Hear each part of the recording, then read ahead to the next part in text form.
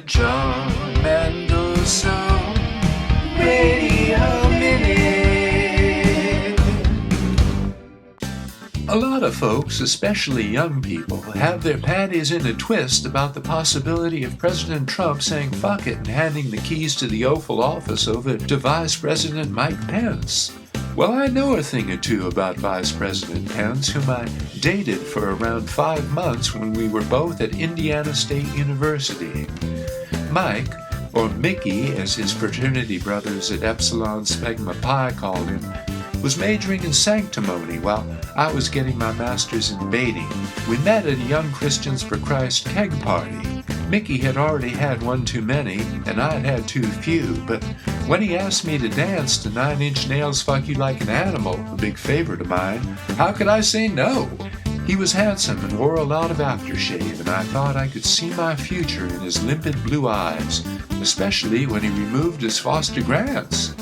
At first, we saw each other at Saturday afternoon Bible study sessions. Afterward, we'd walk hand in hand in a parking lot of Mickey's choosing, or take advantage of happy hour at one of the local gay bars where everybody seemed to know his name.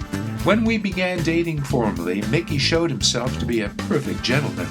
He'd never turn up at my dormitory without a fragrant bouquet, a box of delicious chocolates, condoms, poppers, and a big-ass jar of Vaseline. My comfort was clearly of paramount importance to him. We'd go out to the latest Tom Cruise blockbuster, or just stay in and make the beast of two backs and some banana bread. After a while, we got pretty serious.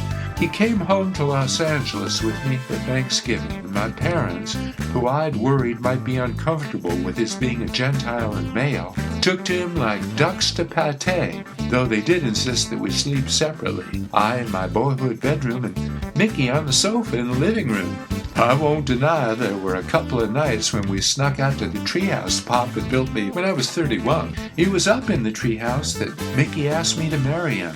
I of course said I would, but at our first Bible study session after flying back to flyover country, we studied Leviticus 18 and 19 and were pretty darned upset to realize that what we'd been doing was abominable in the eyes of the Lord thy God.